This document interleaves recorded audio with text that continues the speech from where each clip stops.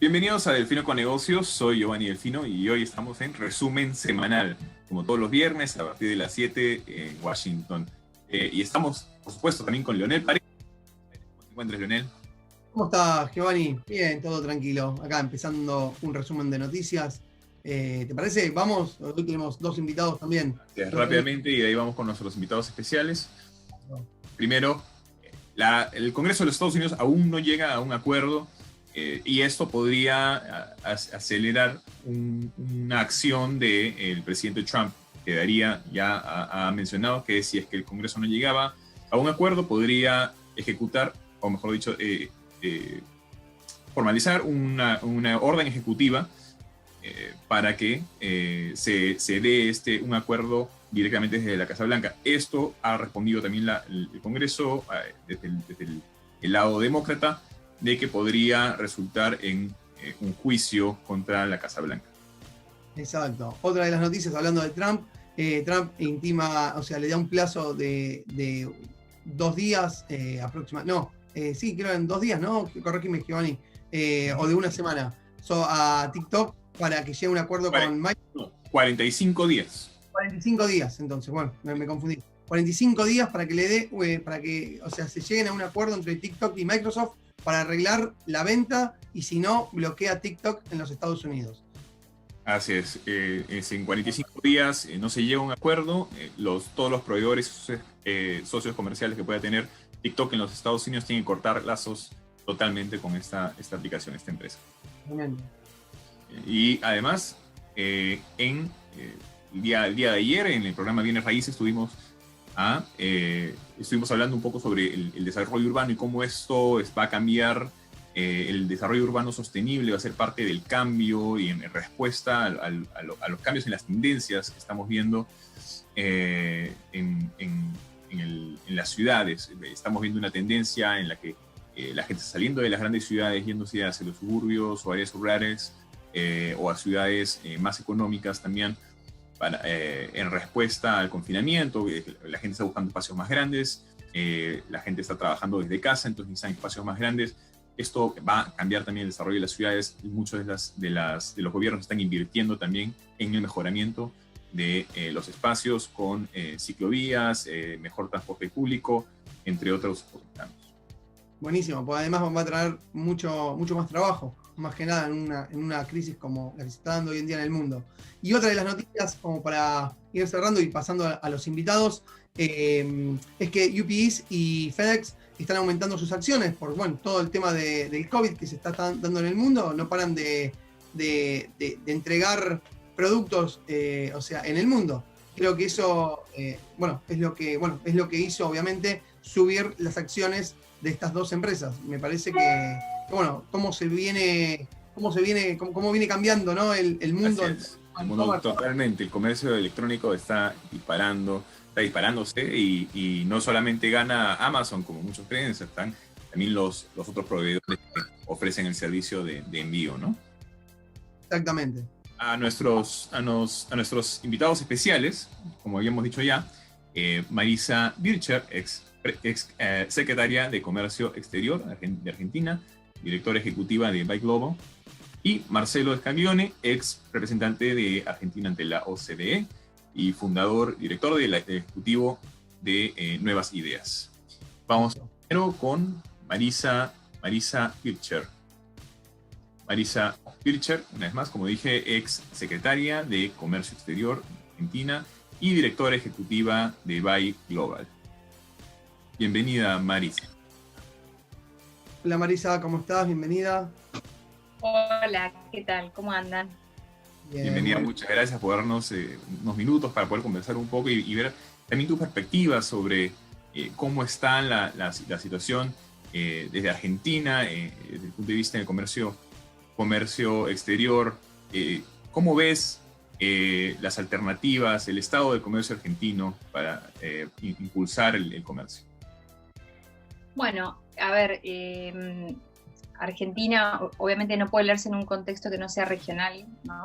Latinoamérica creo que está atravesando una situación compleja propia de esta crisis sanitaria global.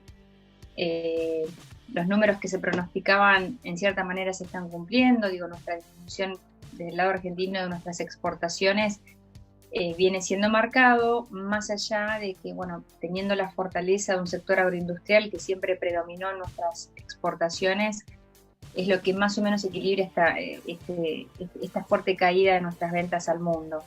Pero bueno, el principal, se diría, golpe lo está sufriendo hoy nuestro sector industrial, que justamente se encuentra en la zona centro de nuestro país y que, bueno, que es también uno de los más afectados por la pandemia, lo cual implica una estrategia inmediata para recuperar esta situación y, bueno, y después, obviamente, en el 2021, que va a ser un año difícil también para nuestro país, tratar de paliar esta situación tan crítica para el comercio exterior. Marisa, ¿qué pensás sobre la nueva política exportadora que está llevando a cabo este gobierno con la mesa exportadora que creó? ¿Te parece que eso puede ayudar a mejorar un poco la situación? O sea, que se sienten todos a la mesa, que se puedan lograr, bueno, nuevos lineamientos, se podría decir. Mira, es una iniciativa muy positiva que surge del sector privado.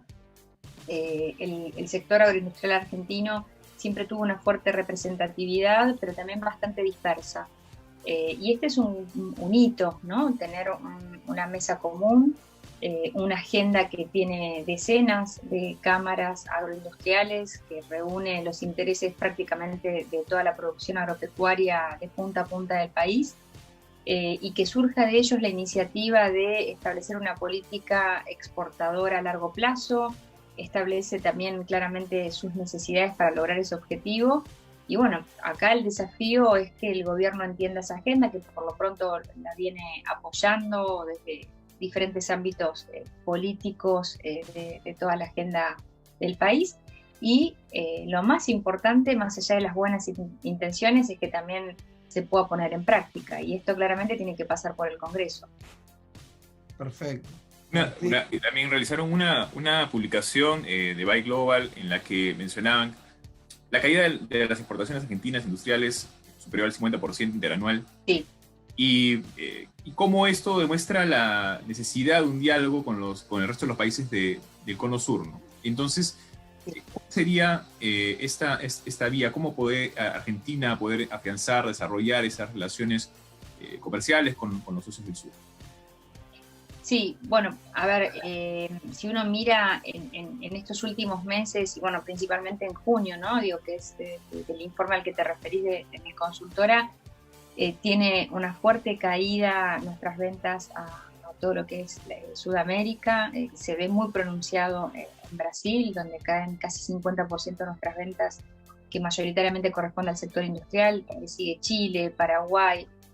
Eso implica, sí, un diálogo inminente, también por parte de este gobierno mostrar de manera definitiva cuál va a ser el abordaje internacional, cuáles van a ser nuestros socios y para qué sectores, ¿no? Porque digo, si bien hay mucho énfasis hoy del sector privado agroindustrial en esta agenda común, el sector que pide a gritos apoyo y herramientas para salir de esta fuerte crisis es el sector industrial, no solamente el sector automotriz. O sea, nosotros tenemos muchísimo empleo generado por miles de pymes que exportan al Cono Sur y que representan el sector textil, de calzado, químicos, el sector de plásticos, autopartistas. Digo, es un sector muy disperso que genera empleo, que genera divisas y que, bueno, que esta crisis, una crisis que ya veníamos teniendo de estos últimos años. O sea, es importante aclarar que veníamos atravesando ya una situación crítica para este sector y que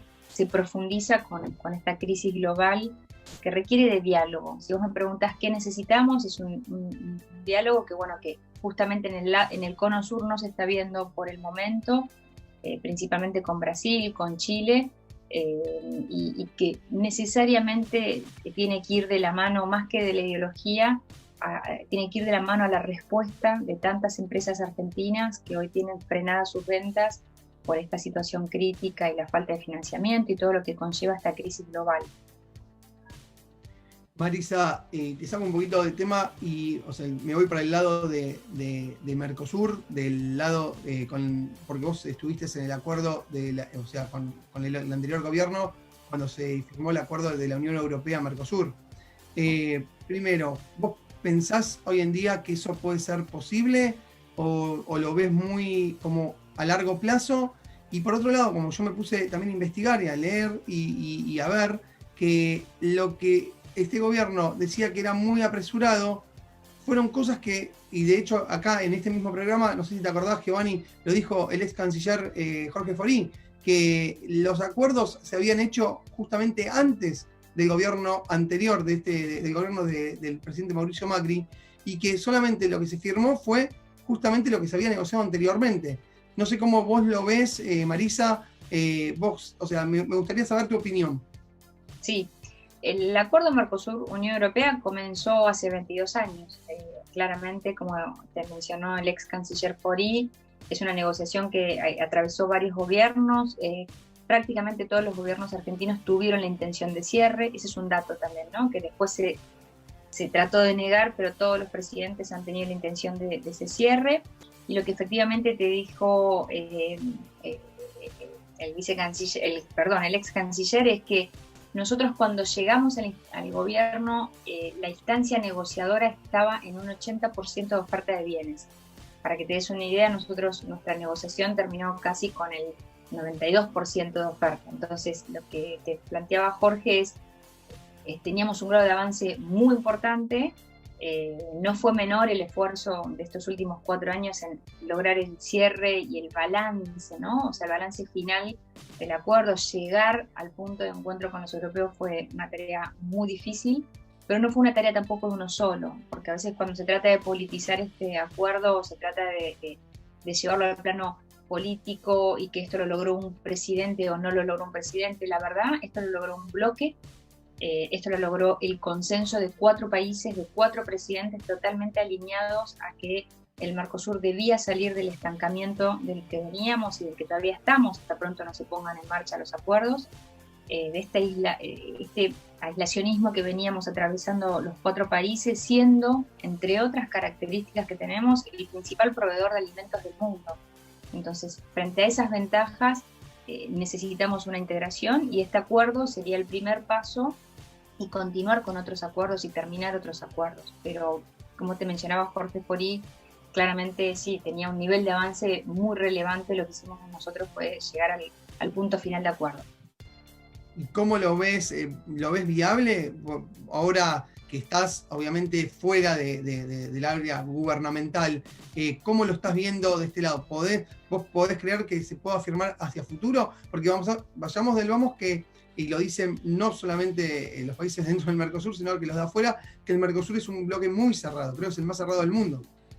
Sí, a ver, es posible, el acuerdo es posible, digo, si uno se pone a analizar muchísimos aspectos, digo, que hoy te obligan a hacer un análisis cuidadoso, ¿no?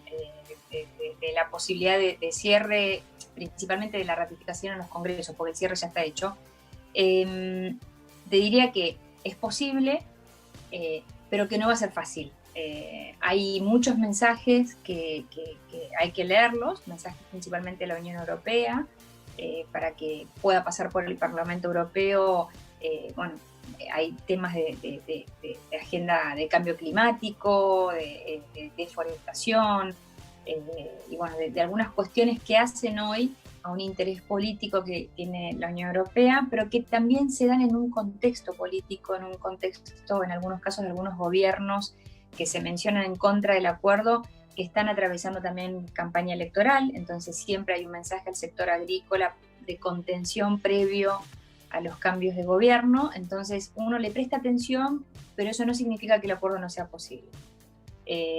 Tengamos en cuenta, por último, como para redondear, hay un aspecto muy relevante. Hoy la presidencia pro tempore del Mercosur está a cargo de Uruguay, con un presidente totalmente enfocado a un Uruguay y a un Mercosur abierto al mundo para generar desarrollo económico en la región. Y por otro lado tenés ni más ni menos una presidencia alemana, que es una de las presidencias que más ha apoyado y apoya el acuerdo Mercosur-Unión Europea, y una mandataria, una canciller, en este caso como Angela Merkel, que ha sido clave para el cierre del acuerdo. Así que te diría que estamos en 6 meses muy relevantes para que se concrete, al menos para que ingrese el acuerdo a los parlamentos. Perfecto. Yo no sé, de mi punto de vista veo desde afuera que acá en Argentina muchas veces los quieren como ir con cuidado porque tienen miedo de que vengan nuevos productos a la Argentina y que eso pueda quitar trabajo, pero me parece que antes de eso creo que tendrían que hacer una buena reforma ¿cómo se llama?, de impuestos, justamente para que bajen los impuestos de las pymes y que las pymes sean más competitivas y puedan, ¿no?, o sea, exportar al mundo, o sea, que bajen un poco más los precios. No sé qué pensás, Marisa, en eso. Vos sé que tenés mucha experiencia en el sector agroindustrial y creo que también las pymes agrícolas se ven afectadas, obviamente. Sí, es muy importante tu consulta porque también es importante aclararlo que este es un acuerdo que tiene características sin precedentes para la Unión Europea. O sea, el gran logro no fue solamente el cierre, sino también que la Unión Europea ingresara dentro de este acuerdo casi el 100% de su comercio, lo abriera al 100%, y el Mercosur solamente abrirá el 90%. Eso ya es algo sin precedentes. Si vos mirás los acuerdos que tiene la Unión Europea con el mundo, no ha permitido eso en ninguno de sus tantos acuerdos que tiene. El otro dato muy relevante también es que el Mercosur logró que su oferta entrara al mercado europeo de manera prácticamente inminente y al momento de la puesta en marcha del acuerdo ingresaran casi la totalidad de todos nuestros productos sin aranceles. Mientras que el Mercosur no le dio esa ventaja a la Unión Europea por sus diferencias a nivel de desarrollo y de competitividad. Y hemos logrado sin precedentes también los 4 países del Mercosur que el sector industrial tuviera proceso de ingreso a nuestro bloque en canastas de 15 años, de 8 años y de 15 años. Cuando vos mirás esas canastas, principalmente lo integran los sectores industriales. Entonces estamos hablando de que el acuerdo es un acuerdo que cuida mucho al sector industrial, que cuida mucho las sensibilidades del Mercosur, mientras que nosotros vamos a poder entrar del momento cero prácticamente con todos nuestros productos. Ahora, para terminar tu pregunta, te diría, ¿es necesario que Argentina se siga ocupando de su política interna impositiva, tributaria, de estímulo a la producción, de estímulo al financiamiento? Claramente, es una agenda pendiente que tenemos, es una agenda urgente, que va más allá de un acuerdo de libre comercio. Está bien, muchas gracias. No sé vos, Y pues ahora viene la pregunta más importante siempre, es queremos saber tu perspectiva al 2021, cómo ves el desarrollo del comercio argentino, dónde van a estar las mayores oportunidades, dónde van a estar los mayores retos, quiénes son los mayores, quiénes van a ser los mayores ganadores, quiénes van a ser los perdedores, dadas las tendencias, lo que estamos viendo en esta situación. Bueno, los números hablan solos. Asia se marca como como una de las regiones, entre comillas, más ganadoras. Yo creo que igualmente esta crisis nos afecta, nos atraviesa a todos, pero bueno, Asia sigue siendo el que menos impacto de caída va a tener en esta pandemia, más allá de que Estados Unidos y la Unión Europea también se van a recomponer más rápidamente. Bueno, el gran tema acá es Latinoamérica y cómo nos deja esta crisis, donde ya los números están marcando entre el 15-20% de caída de nuestras ventas, lo cual es una consecuencia muy dura. Ahora, ¿qué le pasa a Argentina? Argentina va a tener un 2021 muy delicado. El cierre de la deuda en este momento, fue muy necesario, eso la verdad que hay que resaltarlo, pero nos espera un 2021 difícil, por lo cual sigue siendo el comercio exterior la oportunidad para el desarrollo económico de nuestro país, para generar empleo calificado que los genera las exportaciones, y un sector agroexportador que ya este mes representó el 70% de las exportaciones. Históricamente, o en estos últimos años, les diría, era entre el 60, 62, 65%, y ya este mes marcó el 70% de nuestras ventas al mundo de la mano del sector agroindustrial. Te encontrás con una China, un mercado que ante su seguridad alimentaria está autoabasteciéndose y tratando de bueno, salir al mundo a buscar nuevos socios, y ahí Argentina tiene una oportunidad muy fuerte en esta tensión política con Estados Unidos, con Australia y con los fuertes proveedores de alimentos donde Argentina siempre ha competido. Tenemos una gran oportunidad, tenemos ahí que tener una muy buena agenda, unas negociaciones estratégicas y aprovechar esta oportunidad que nos va a dar el sector agroindustrial e insisto, ayudando mucho también al sector industrial, que va a ser posiblemente uno de los más sensibles en esta crisis. Y además, que seguramente vos conocés muy bien, porque estuviste justamente en el gobierno, los chinos se llevan muy bien con la Argentina, y desde siempre. Creo que... Desde siempre, desde siempre. No, está buenísimo. A mí me ha tocado, bueno, tener una responsabilidad muy fuerte en las negociaciones con China, digo, en las aperturas de mercados. Digo, con China hemos logrado en los últimos 4 años 12 aperturas sanitarias, lo cual fue inédito en los últimos 30 años con los chinos.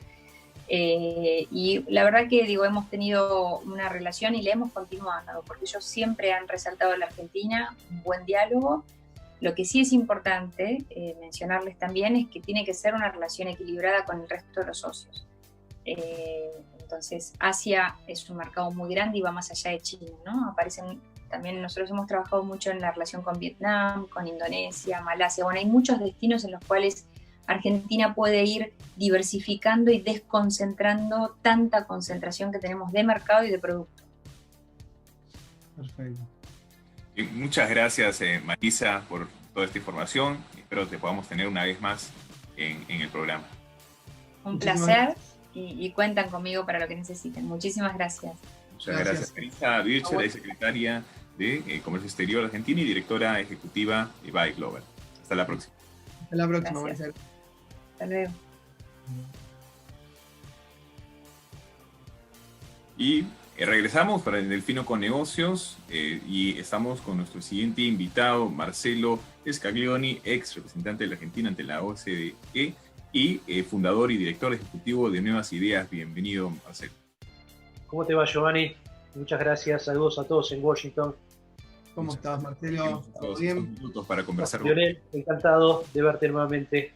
Bueno, me alegro. Bueno, Giovanni, no sé, empezás vos y vamos. Claro que sí. Sí, coméntanos, Marcelo, ¿cuáles, dadas las circunstancias actuales en las que estamos atravesando, cómo ves el avance o la perspectiva desde la OCDE o los miembros de la OCDE? ¿Va a haber un avance, va a haber una aceleración tal vez en el comercio? Bueno, en primer lugar, hoy estamos atravesando, según la OCDE, la peor crisis de la historia de los últimos 100 años a nivel global, con una gran cantidad de muertos y de contagiados, con un impacto sanitario muy fuerte, con un impacto también muy fuerte en términos de aquellos jóvenes que no pueden asistir a los colegios, con un impacto extremadamente fuerte en la economía global, sobre todo en las pequeñas y medianas empresas, pero también en las grandes corporaciones. Y justamente hoy la prioridad de la OCDE, lo hablaba hace muy poquitos días con Álvaro Pereira, que es el director de estudios económicos, la prioridad para la OCDE, para los países miembros de la OCDE, que ustedes saben son 37 países, entre ellos Estados Unidos, 37 países que hoy originan el 75% de la inversión directa extranjera y el 60% del comercio global. Y justamente el impacto hoy a nivel del comercio es muy fuerte, dependiendo de las regiones y los países se está viendo una disminución entre el 20 y el 30% del comercio global, pero bueno, hay que trabajar justamente en la primera línea de fuego para salvar a las empresas. Hay un gran problema de insolvencia que alcanza casi un tercio de las empresas en los países miembros de la OCDE, con el impacto que esto tiene también en el empleo, con lo cual la primera prioridad es salvar la capacidad productiva de las empresas para mantener los empleos y al mismo tiempo y en segunda etapa trabajar con el comercio, trabajar con mayores niveles de cooperación. En la historia de los últimos 120 años ha demostrado que de las grandes crisis globales no se sale con encierro, se sale con mayor nivel de cooperación internacional y de ser con mayor nivel de comercio, con lo cual hay que prepararse y creo que esto puede ser una gran oportunidad para América Latina. Tal cual. Y eso, ¿cómo ves América Latina? ¿Cómo estás viendo, cómo pensás que después, o sea, de toda esta pandemia, tanto Argentina como, no sé, Perú, Brasil, Uruguay, ¿cómo ves que el comercio va a fluir? ¿Deberíamos esperar un comercio hacia adentro, hacia la región, o Claro. el salvataje va a estar en abrirnos al mundo desde Latinoamérica, ver hacia otras regiones? Bueno, pueden haber distintas alternativas en función de los países. Voy a dar mi opinión personal y sobre todo opinión personal basada en evidencia. Cuando uno trabaja con la OCDE, todas las políticas públicas que se basan en la evidencia es el primer principio de las buenas prácticas y de los estándares internacionales de la OCDE. En primer lugar, puntos positivos para América Latina. Y hablando y relacionándolo con la pregunta anterior de la OCDE. Ustedes saben que la OCDE se creó como continuación del Plan Marshall, la iniciativa de Estados Unidos y Canadá para refundar a los países europeos que habían sido devastados por la Segunda Guerra Mundial, y a través de las últimas 6 décadas la OCDE ha desarrollado más de 300 buenas prácticas, tanto en temas económicos, como sociales, como ambientales y como institucionales, para que estos países se refundaran luego de la Segunda Guerra, al principio con la cooperación básicamente centrada en Europa, luego se agrega Japón, y a partir de la década de los 90 se da el fenómeno del ingreso de México a la OCDE, primer país latinoamericano. Luego el ingreso de México en el año 1994, es el ingreso de Chile en el año 2010, hace exactamente 10 años, el ingreso de Colombia el año pasado, en el 2018, convirtiéndose en el miembro número 37, y este año se está cerrando todo para que ingrese Costa Rica, 4 miembros de América Latina en la OCDE. Y al mismo tiempo, en el año 2016, nos tocó liderar el proceso de acceso de Argentina a la OCDE. Argentina presentó su candidatura y luego de la candidatura argentina, en primer lugar Perú y en segundo lugar Brasil también presentaron sus candidaturas. ¿Esto qué significa? Tenemos un continente que está en lo que yo llamo inmerso en la trampa de la desigualdad y del ingreso medio. ¿Por qué? Porque hace décadas que América Latina, salvo algunas excepciones, como puede ser el caso de Perú, está estancada en cuanto a su desarrollo económico. ¿Y para eso qué hace falta? Para eso hace falta mayor integración con el mundo y también hace falta grandes reformas estructurales que permitan combatir sobre todo el nivel de desigualdad social, que mejoren la competitividad y la competitividad tanto micro como a nivel macro y la productividad a nivel de las empresas. Y justamente la OCDE es una herramienta fundamental para todo esto. Al mismo tiempo, también tenemos una situación que se viene profundizando en el medio de la pandemia, confrontación entre Estados Unidos y China. Recién Marisa, exsecretaria de Comercio, con la cual me tocó trabajar durante los 4 años de gestión en el gobierno del presidente Macri, explicaba la situación de China. Y esta situación también abre muchísimas oportunidades porque desde la presidencia de los Estados Unidos, el presidente Trump tiene como objetivo y le ha pedido a las empresas americanas que localicen gran parte de su producción que antes tenían en China, que la localicen en América Latina. ¿Por qué? Porque se ha dado el fenómeno con la pandemia del coronavirus, que China cerró sus fronteras y al cerrar las fronteras también se cerraron y se quebraron las cadenas de valor. Entonces, como una cuestión estratégica a futuro, la idea es que esas cadenas de valor no dependan de una situación sanitaria o geopolítica en este momento en donde la tensión entre esos dos países va en aumento. Y la solución puede ser América Latina.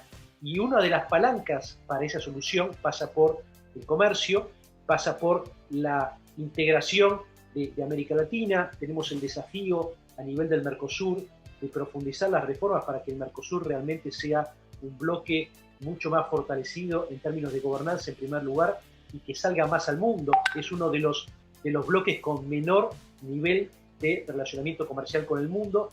Tenemos una alianza del Pacífico extremadamente pujante y muy orientada, esta alianza entre México, Colombia, Perú y Chile, que básicamente son todos países miembros de la OCDE, o como el caso de Perú, país candidato.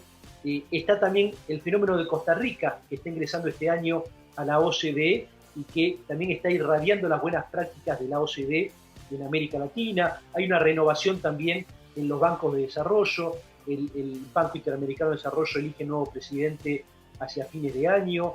El Banco Centroamericano de Integración Económica también está en un proceso de elección de un vicepresidente ejecutivo. Y América Latina tiene un gran desafío de aprovechar todas estas herramientas, aprovechar el costado positivo de la pandemia para fortalecerse, para articularse y para salir al mundo. Y eso, acompañado de reformas estructurales para alinearse con las buenas prácticas de la OCDE, puede hacer de América Latina en los próximos 10 o 15 años la región más dinámica por arriba mismo de otros continentes como África. En el mes de octubre veíamos a un presidente Trump que decía vamos a apoyar a Brasil, pero primero a Argentina para el ingreso a la OECD. Luego en enero cambió la narrativa y dijo, no, vamos ahora a priorizar a Brasil antes de a Argentina. ¿Cómo ves ahora la situación luego de 6 meses, casi 6 meses? Bueno, yo en primer lugar esto no es una carrera. Acá uno tiene que ver la cuestión con una visión a largo plazo. En ningún momento, por más que nosotros presentamos en 2016 la candidatura argentina, cuando Brasil en ese momento, y debido a una posición histórica, estaba en contra de ingresar a la OCDE. Históricamente, Brasil consideró que la OCDE no era un organismo adecuado para desarrollar su política exterior. Y nosotros comenzamos el camino, presentamos la candidatura, cubrimos el trabajo en los 23 comités de la OCDE, en donde hay que, en primer lugar, presentar una candidatura, que esa candidatura sea aceptada, aceptar un plan de trabajo, trabajar con cada uno de los 37 países miembros, desde el país más grande, Estados Unidos, hasta el más chiquito, Islandia, y desarrollar una cooperación con cada uno en términos políticos, en términos económicos, en términos sociales, culturales, educativos, y también empezar a pasar los exámenes de la OCDE, que son muy exigentes, porque las buenas prácticas de la OCDE tienen un nivel de exigencia que surge de la cooperación entre los países miembros. Y a partir del camino que empezó a recorrer Argentina, como te decía, luego se sumó Perú, que venía en los últimos años desarrollando una cooperación reforzada con la OCDE, y se dio un quiebre en la posición de Brasil, que antes estaba en contra de pertenecer a la OCDE, y en el gobierno de Temer cambiaron esta posición que fue mantenida luego por Bolsonaro. Y para nosotros nos pone extremadamente contentos que Brasil, a partir de la candidatura argentina, a partir del trabajo que comenzamos a realizar, también comenzara este camino. Y acá no importa quién presenta primero la candidatura, quién recibe el apoyo de Estados Unidos primero o segundo, no es, vuelvo a decir, no es una carrera. Acá lo importante es tener una visión a largo plazo, y que en esa visión a largo plazo, de acá a 20 años, América Latina se convierta en la segunda región OCDE después de Europa, porque como les comentaba antes, la OCDE se creó en 1961 con 20 países, de esos 20 países 18 eran europeos, más Estados Unidos y Canadá, y que América Latina hoy, sobre 37 países, tiene 4, y dentro de 20 años podemos ser 7 países, me parece que es importantísimo, porque el ingreso a la OCDE lo que te asegura es alinear tus políticas públicas, como decía antes, económicas, sociales, ambientales, el tema ambiental es extremadamente importante, e institucionales a las mejores prácticas de los países más desarrollados del mundo. Entonces, eso es un upgrade para el conjunto de países de América Latina, que si se da al mismo tiempo de fortalecer al Mercosur, hacer converger también el Mercosur con la Alianza del Pacífico, integrarnos también a Centroamérica, que tiene muchísimos desafíos, y en forma inteligente salir como continente al mundo, creo que tenemos una gran oportunidad de salir de esta trampa del ingreso medio en donde Latinoamérica está inmersa ya hace varias décadas. Marcelo, ¿y cómo ves el tema de la relación esta comercial entre China y Estados Unidos? Que bueno, esta guerra comercial, ¿pensás que va a beneficiar a lo que es América Latina? O sea, tanto, bueno, o sea, Argentina, como recién estábamos hablando con Marisa, parece, o sea, los chinos parece mentira, pero nos quieren mucho. Y creo que, o sea, vos pensás que Argentina, tanto Perú, Chile, Bolivia, Uruguay, Paraguay, pueden tener tanto ingreso al mercado chino como al americano, mucho más con productos que antes obviamente Estados Unidos le estaba comprando a China. Por supuesto, en política internacional no hay ideologías. En política internacional tenemos que defender nuestros intereses como países, nuestros intereses como bloques económicos, y acá no es la cuestión binaria de decir estamos con China o estamos con Estados Unidos. Estamos con China y estamos con Estados Unidos, porque creemos que nuestro continente, y sobre todo después de la pandemia, tiene muchísimo para aportar. ¿Qué pasa en las grandes crisis mundiales, grandes catástrofes, guerras? Para reconstruirse el mundo necesita determinados bienes estratégicos.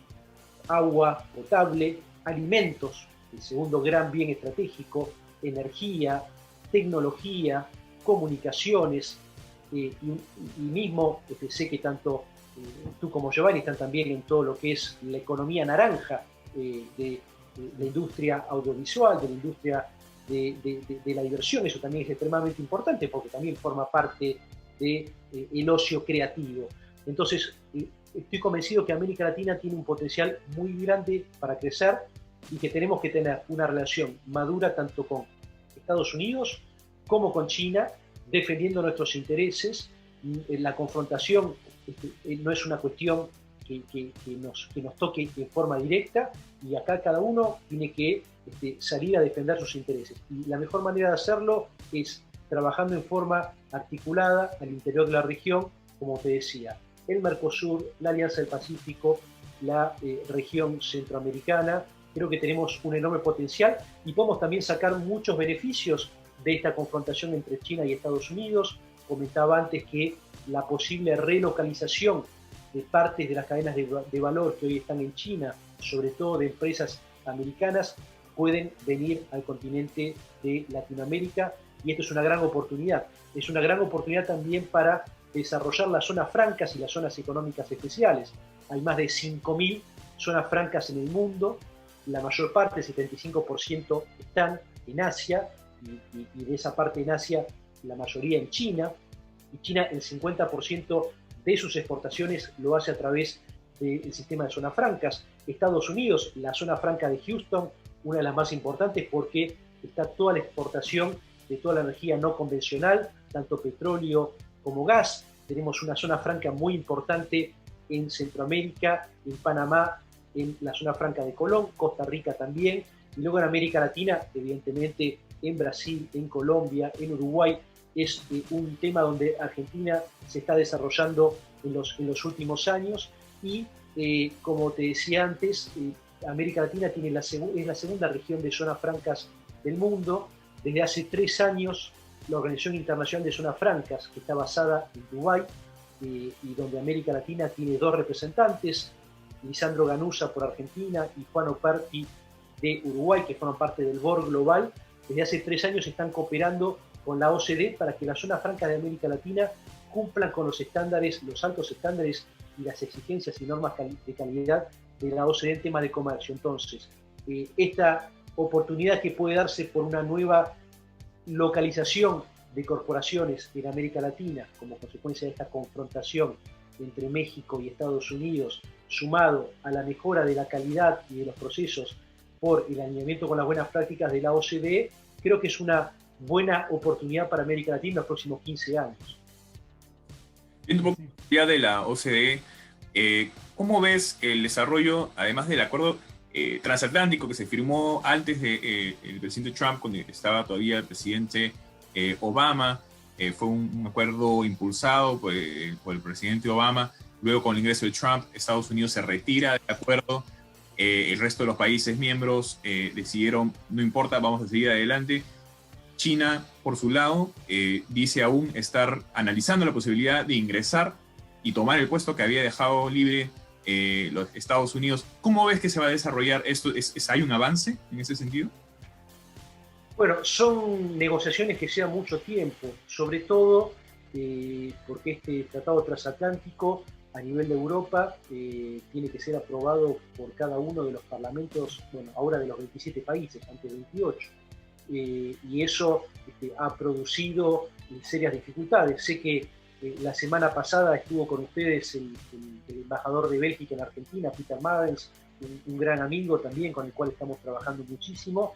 Y, por ejemplo, en el caso de Bélgica, no solamente el Parlamento belga tiene que aprobar este tipo de tratados, sino que tiene que también ser aprobado por los parlamentos regionales. En el caso de Bélgica era el Parlamento de Flandes, en el norte de Bélgica, que se oponía al Tratado Transatlántico, con lo cual ahí hay un tema de complejidad en la aprobación de este tipo de tratados. Sin embargo, yo creo que eso forma parte del comercio del futuro, una mayor cantidad de tratados entre bloques, con un mayor nivel de complejidad y sobre todo un fenómeno al cual estamos asistiendo en los últimos 20 años, que es el comercio de bienes intangibles. Hoy se habla mucho todavía del viejo sistema de la década de los 90, cuando se crea la Organización Mundial de Comercio, el comercio de bienes. También se habla del comercio de servicios, que en realidad hoy el comercio es mucho más de servicios que de bienes, pero en realidad el gran paradigma de los próximos años, y que no está lo suficientemente desarrollado en estos tratados entre bloques, es el comercio de bienes intangibles. Y hoy, por ejemplo, cuando uno exporta soja, que uno puede decir estás exportando un commodity, en realidad una semilla de soja tiene una gran cantidad de tecnología aplicada, una gran cantidad de intangibles relacionados con normas de calidad, de protección del ambiente, lo mismo que cuando estás exportando un servicio tecnológico o una película. Entonces, el gran desafío, y creo que en esto la OCDE tiene muchísimo para dar, es la reforma del sistema global de comercio. Está demostrado que la OMC en los últimos 30 años no ha permitido avanzar lo suficientemente rápido, no ha sido lo suficientemente ágil y liviano el sistema para poder de alguna manera trascender a las diferencias comerciales entre los países. Necesitamos un nuevo sistema, y hace 2 años, en el año 2018, cuando Emmanuel Macron, como presidente de Francia, presidió la reunión anual de la OCDE, le pidió a la OCDE que trabajara en una hoja de ruta para refundar el sistema global de comercio, porque a pesar de alguna manera, este desgaste que está teniendo el sistema de gobernanza global, que yo llamo el sistema de gobernanza global 3.0, se viene un nuevo sistema de gobernanza 4.0, en donde instituciones como el G7, el G20 y la OCDE van a ser extremadamente importantes, y se han alcanzado muchísimos acuerdos a nivel del G7 y del G20, en donde la OCDE aportó un diagnóstico preciso y aportó las soluciones, con lo cual vamos a un mundo más complejo, pero también vamos a un mundo nuevo, donde todavía no está todo configurado, y en esa configuración creemos que América Latina puede ser un actor relevante. Perfecto. Y Marcelo, la última de mi parte. ¿Entramos o no entramos a la OCDE? ¿Cuándo pensás que Argentina puede empezar porque pensábamos que ya el año pasado íbamos a entrar, y bueno, lamentablemente, más allá de que no es, como decís vos, no es una carrera del tiempo, quién entra y quién, pero creo que a la América Latina le vendría muy bien tener varios países dentro de la OSD. Entonces, totalmente de acuerdo, Lionel, y yo trabajo y trabajé no solamente defendiendo la candidatura de Argentina, sino del conjunto de los países, porque, como decía, mi visión es una visión regional, no es una visión únicamente desde Argentina, bueno, por más que yo sea argentino. Acá hay que entender que el proceso a la OCDE es un proceso que es largo, que es difícil y que es complejo, y que hay muchas de las variables no son controladas por los países candidatos. La OCDE, cuando se crea con 20 países, hoy tiene 37, es decir, que en casi 6 décadas de existencia de la OCDE únicamente ingresaron 17 países en 4 procesos de acceso. Es decir, la OCDE no es un organismo que está abierto, no es como Naciones Unidas, que se crea un país, al día siguiente de la creación presentan una carta a secretario general de Naciones Unidas y entra al sistema de Naciones Unidas. La OCDE es un organismo cerrado que no admite nuevos miembros, que cada tanto se abre como consecuencia de una discusión interna. En su momento fue de pasar a ser un organismo cuasi exclusivamente europeo, abrirse hacia Asia, luego la apertura, como comentaba, en la década de los 90 hacia México, luego hubo una gran apertura hacia los países de Europa del Este. Hoy Japón está presionando para que también haya más miembros asiáticos. Hace 30 años ingresó Corea del Sur, que es un gran país en el cual utilizamos como espejo en la candidatura argentina, y creo que es un gran país para utilizar como espejo en América Latina, porque en 25 años pasó de su desarrollo más grande a ser la 12ª economía desarrollada del mundo. ¿Y qué pasa? La OCDE cada tanto dice, bueno, vamos a abrirnos, pero no vamos a abrirnos para un solo país. Cuando abrimos la puerta, queremos que entren varios. Y ahí empieza la discusión entre los países miembros, porque ese ingreso tiene que hacerse respetando un cierto equilibrio geográfico. Y acá los 37 países se tienen que poner de acuerdo en cómo se compone ese equilibrio geográfico. Entonces, hoy hay 6 países candidatos. Por América Latina está Argentina, está Brasil, está Perú. Por Europa está Rumania, está Bulgaria y está Croacia. Y cuando presentamos la candidatura, la OCDE estaba cerrada, año 2016. Después de mucho esfuerzo y de caminar uno por uno cada uno de los países miembros, logramos convencer, a partir de la candidatura argentina, que los países miembros abrieran un nuevo proceso de acceso. Pero en ese momento el único candidato era Argentina. Después de Argentina se sumó Rumania, ahí ya teníamos 2. Después presentó la candidatura Perú, después lo hizo Brasil y después lo hicieron Bulgaria y Croacia. Ahora, ¿qué pasa?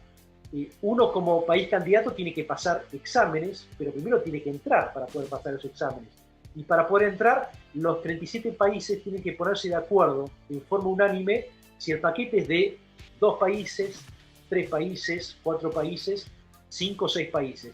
Y no es una discusión fácil, porque en el medio, en los últimos 4 años, tuvimos varias complicaciones a nivel global, sobre todo un enfrentamiento muy fuerte en su momento entre Estados Unidos y Europa, y eso hacía que la agenda de la OCDE bajara de nivel.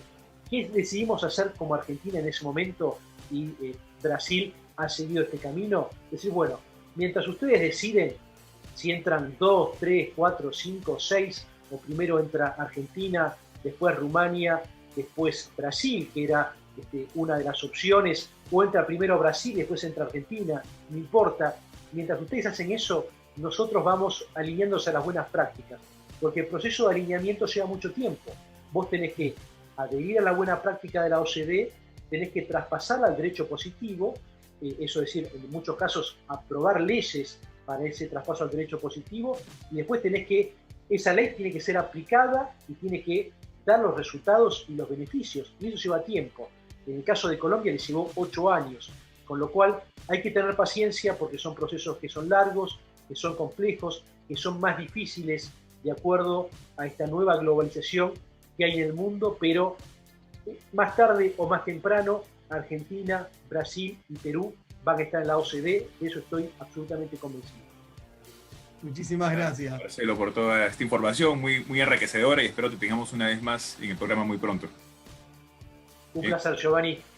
Marcelo Scaglione es representante de la Argentina ante la OCDE y fundador, director de Nuevas Ideas. Hasta la próxima. Hasta la próxima, saludos. Gracias.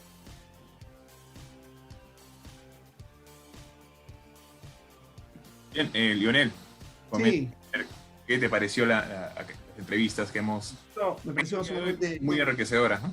Sí, pero muy enriquecedora. Me pareció muy, tanto con Marisa como con Marcelo. La verdad que se nota que bueno, Marisa, los dos formaron parte del gobierno anterior y estuvieron en el G20, cuando se hizo acá en Buenos Aires.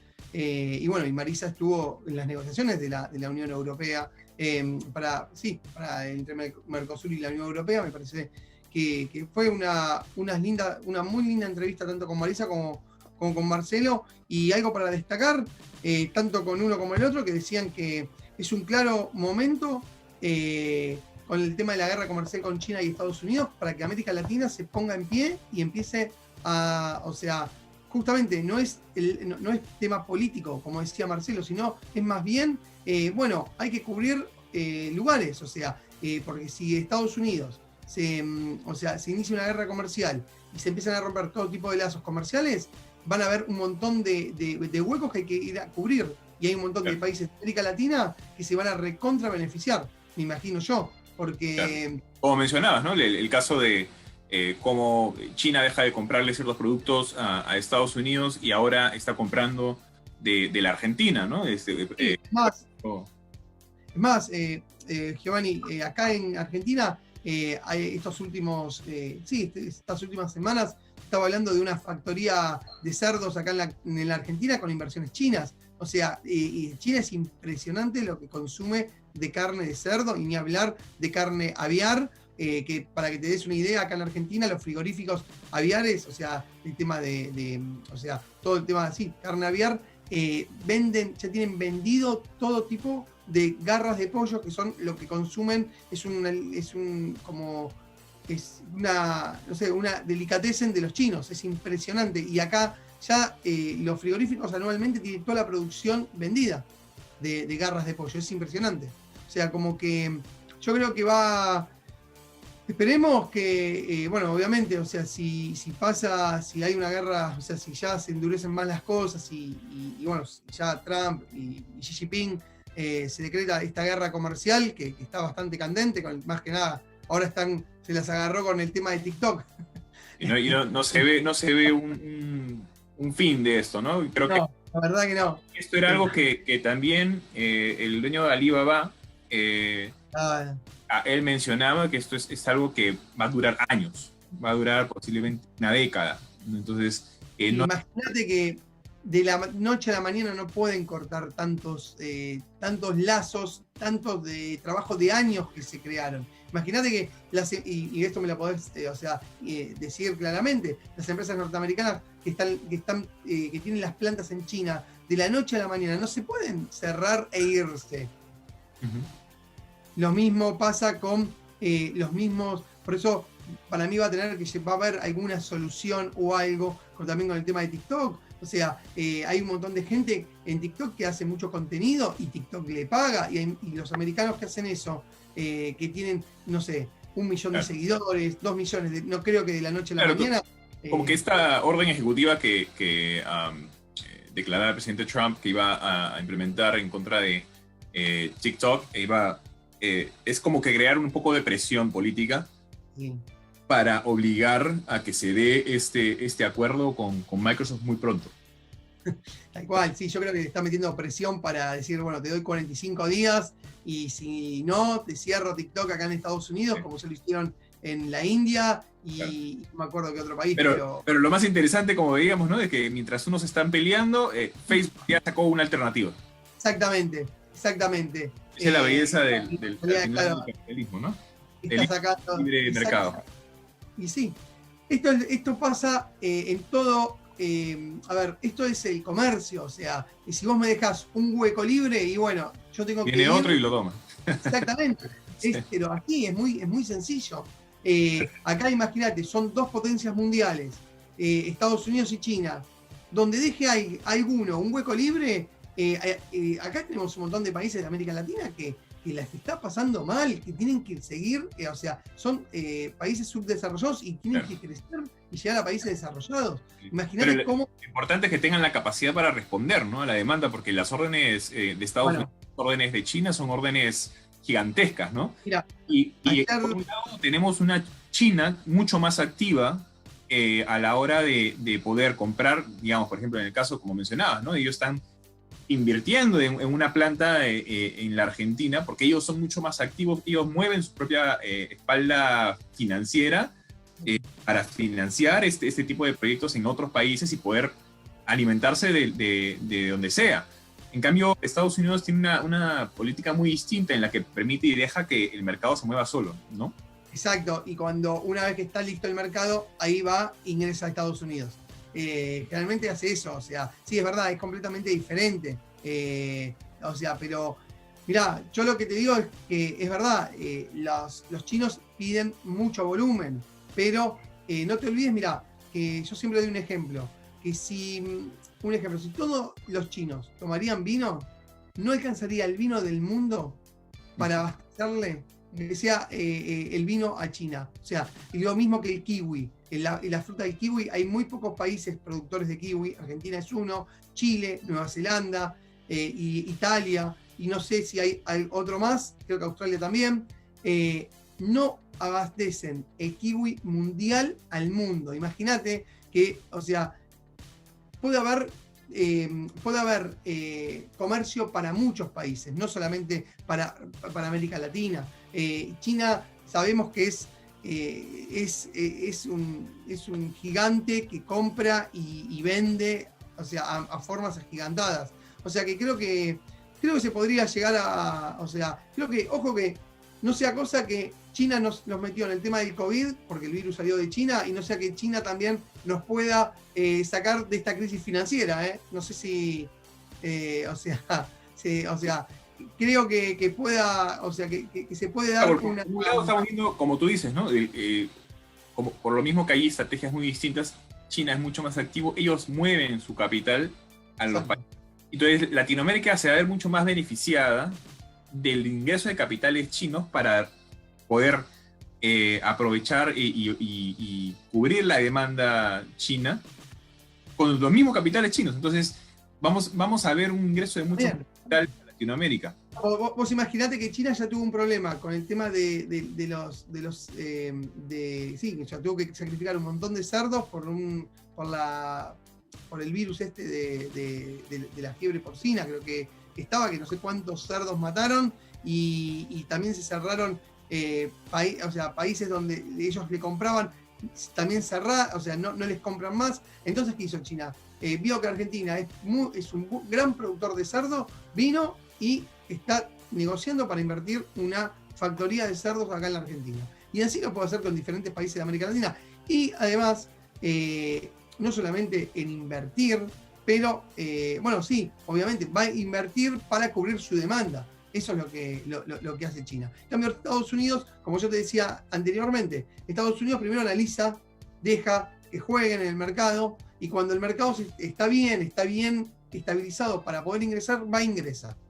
Siempre ingresan independientemente cada país, ¿no? Perdón, cada empresa sí. ingresa. Estados Unidos no tiene un papel activo en ellos mismos financiar ese tipo de inversión. Al contrario, Estados Unidos lo que quiere es que vos vayas y ingreses dólares a los Estados Unidos. O sea, es como... Pero bueno, son diferentes formas estratégicas de comercialización, de mercado. La diferencia, ¿no?, entre la estrategia china más activa y el libre mercado americano, ¿no? No te olvides que los países orientales no buscan hacer negocios ya, sino que a largo plazo. Y lo que quieren siempre es eso, forjar relación a largo plazo. Eso es lo que hacen los chinos, eso es lo que hacen los orientales, los japoneses. O sea, en cambio, en lo que es Occidente, acá los negocios son más de él ya. O sea, de cerrar el acuerdo y cerrar un buen negocio. Ellos, en cambio, en Oriente lo que quieren es cerrar un acuerdo perfecto, pero a largo plazo, y construir una relación. Claro, ¿y cómo podemos ver eso? Por ejemplo, con ese tipo de inversiones fuertes que realiza exactamente. A eso, lo que hace es desarrollar una relación más fuerte también con los países de la región, ¿no? Y de esa manera negocian otros avances de otras áreas. Exactamente.